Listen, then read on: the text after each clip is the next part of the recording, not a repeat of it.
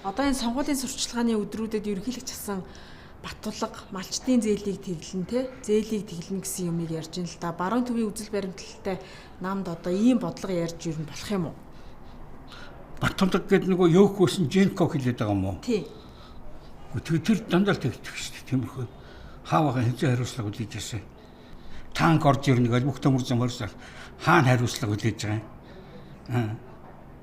Наад чи одоо утгагүй юм ярих юм. Малчтын зээлийг тэглэн миний чадах ажил байна гэдээ Баян хонгор аймагт ярьж явсан байна лээ. Женко төлнө гэсэн гэж баахан зээл аггүй шүү дээ. Өөрснийхөө нэрээр авахлахаас Женкогийн нэрээр авахгүй шүү дээ. Хоёрдугаарт наад өөр чинь 3-4 тэрбум доллар бай.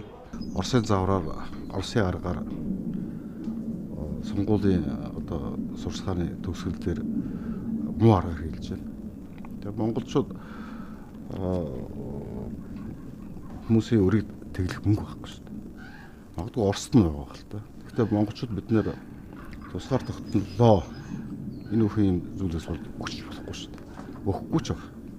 Инженер бод. Одоо энэ сонгуулиар бүх судалгаагаар ардын нам 70% авна. Арчилсан заана 35 үүнтэй. За яг 40 үнэтэй ч баг. Тийм үү? Тэгэхээр хариуцлага хүлээх нь нөгөө засаг барих намд хүлээх юм байгаа үстэй.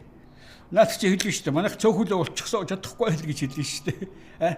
Улсууд өөрснөө дөрөнд орно шүү дээ. Тийм учраас хүмүүс юу гэж ярьж байна гэвэл энэ Баттулга гэдэг нөхөр юм бүх хулгай, дээрэм, булай, бузар булайг мэдчихэд дэлгээд байна. Энэ зүгээр нэг л жишг шүү дээ. Сая нэг их 80 чинь хөөй. Тэг ийм хулгайчийг сонгох гэж байгаа бол тэгэл сонгоол хохино. Женко нараас болоод гарц намд ч бараг 60-70 Женконор дэвшиж байгаа юм биш үү?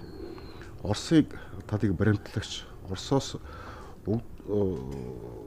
дуулгүй одоо даалгавар авдаг тийм Оросын багийнаар дэвшиж яхад арцлагын төлөө сандаа дуулж чадахгүй байгаа байхгүй. Хайран байна.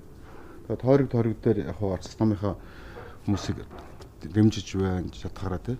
Тэгэхдээ арц намыг дуулж чадахгүй. Ягаад бол Женко байгаа учраас. Ягаад бол Женконы одоо өсөж боожулсан 60-70 хүн байгаа учраас тэр Оросын элчин цаад Азизов хэдэн 10 жил Монгол амьдрахтаа хийсэн тэр сүлжээ арц намар дамжиж Монголыг авах гэж шүү дээ. Яаж өгөх юм болохгүй шүү дээ.